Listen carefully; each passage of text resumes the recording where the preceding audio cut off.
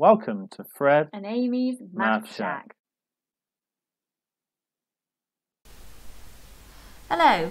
In this lesson we are looking at the difference between theoretical probability and experimental probability.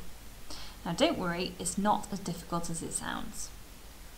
So up to now we have been looking at basic probability, where we have looked at fractions, where the numerator is the number of ways the event can happen, and the denominator is the total number of outcomes. So for example, the probability that we get tails when we toss a coin is 1 out of 2, because there's one tail on a coin and 2 possible outcomes, heads or tails. The probability of getting a 4 when you roll a dice is 1 out of 6, or 1/6, because there's one 4 on the dice and 6 possible ways it can land. This is what we call theoretical probability. It is the case in theory. So in theory, 1 out of 2 times you'd get tails on a coin. In theory, 1 in 6 times when you roll a dice, you would get a 4. But is that always the case? Would that happen in an experiment? Well, that's what we're going to look at today. So on the screen you can see 2 tables. These might be the results if we are looking just at theoretical probability. So if we were to roll a dice 6 times and we were looking at it in a perfect world, you'd get 1, 1, 1, 2, 1, 3, 1, 4, 1, 5 and 1, 6. And we get this perfect theoretical probability where you get 1/6 for every single side or number on the dice. Similarly, if you rolled it 600 times, you might get 100 for each face, so each number on the dice would show up 100 times, because that would simplify to 1/6, and that would be our theoretical probability.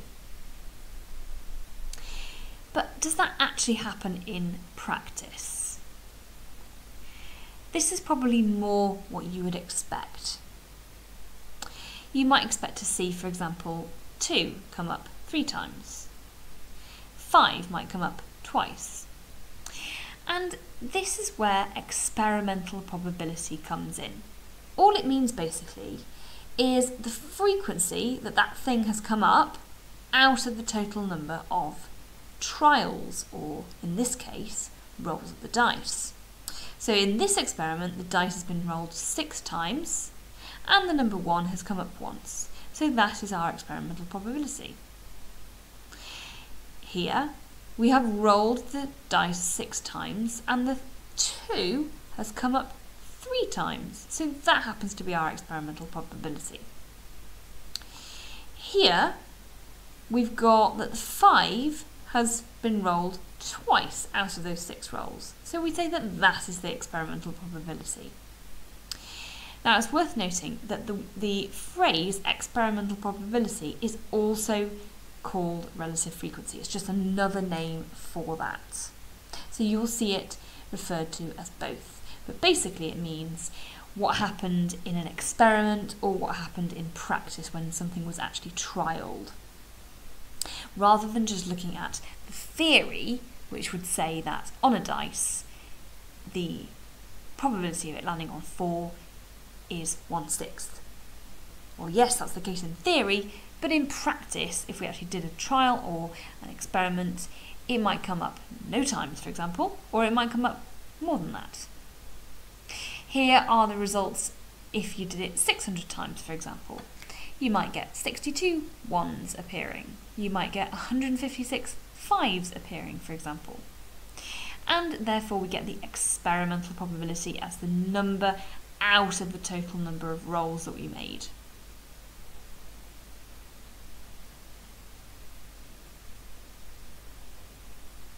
Okay, let's have a look at an example. It says Rachel tosses a coin 100 times to see if the probability of getting tails is really 1/2. Well, we know that this is the theoretical probability. We know that out of the 2 possible outcomes on a coin, one of those is tails, and so we know in theory 1 in 2 times we would get tails. But in her experiment, she gets these results instead.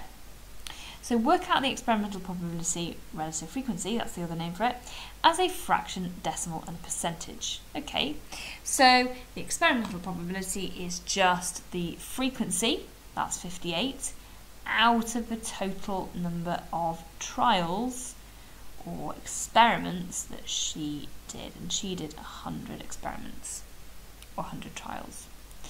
And that's a fraction, and we want it as a decimal and a percentage as well. So 0.58, and as a percentage that's 58%.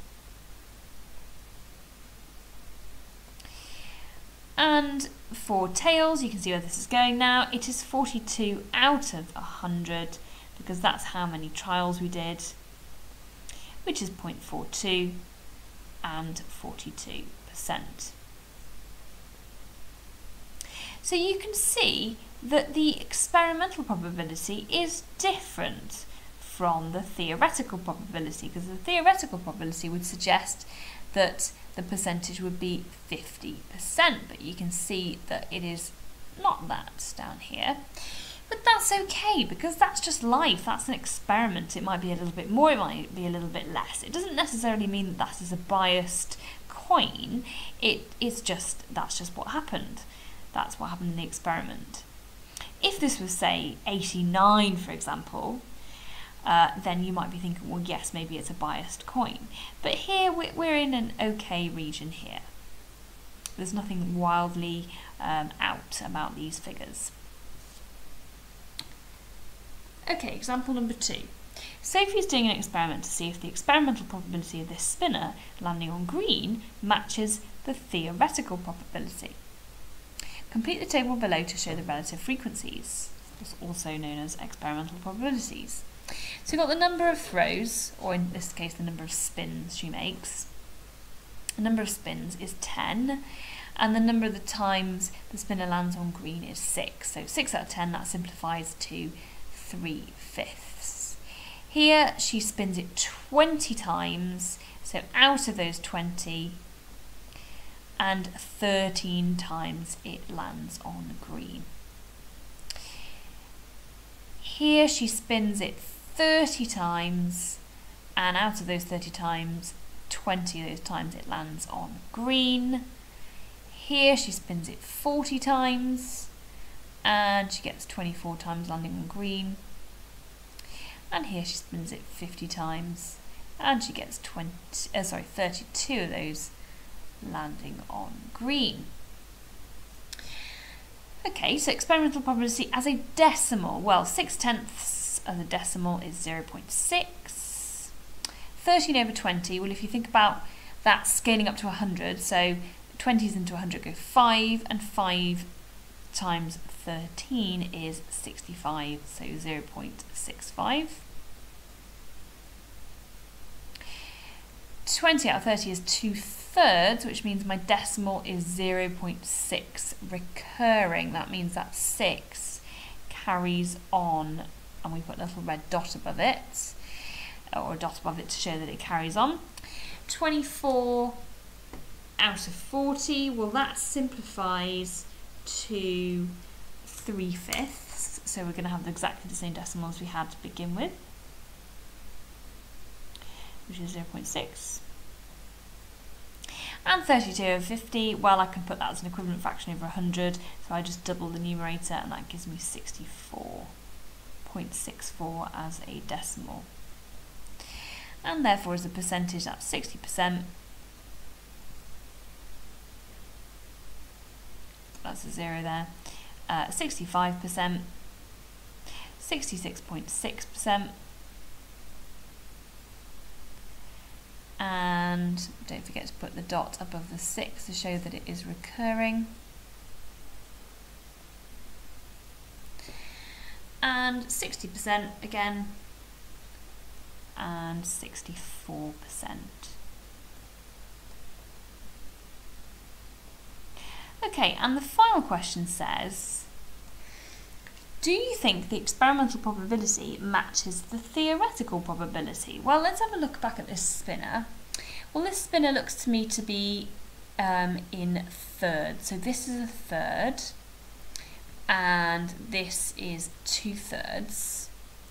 And we know that 2/3 is, as a decimal, or as a percentage, is 66.6 recurring percent. So I think that this experiment does roughly match the theoretical probability here. So I would say yes, it does. You can see that it is wavering a little bit. You can see here it's 60%, it's a little bit lower than 2/3. 65%, we get a little bit closer there. 66%, that's right on that 2/3 there. Then it's 60% again, 64%. But you can see that it is in the region of the theoretical probability, and that's pretty good. Okay, that shows that's a good experiment, and it's showing that they are pretty much the same. And you know, in an ideal world, we would like them to be in the same region, the theoretical probability and experimental probability. But of course, experiments can always be slightly different than the theoretical. But you would expect them to be approximately the same.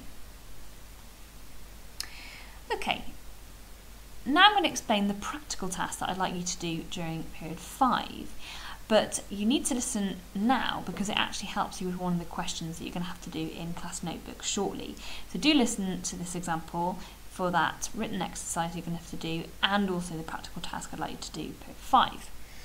So what I'd like you to do period 5 is you're going to draw this table, please, and then you're going to conduct your own experiment. So get a plain piece of paper, draw this table out. In fact, not a plain piece of paper, a squared piece of paper. Actually, a squared piece of paper. Draw this table out because you're also going to have to draw a graph. So a squared piece of paper, draw this table, and then I will show you the graph that you're going to have to draw as well.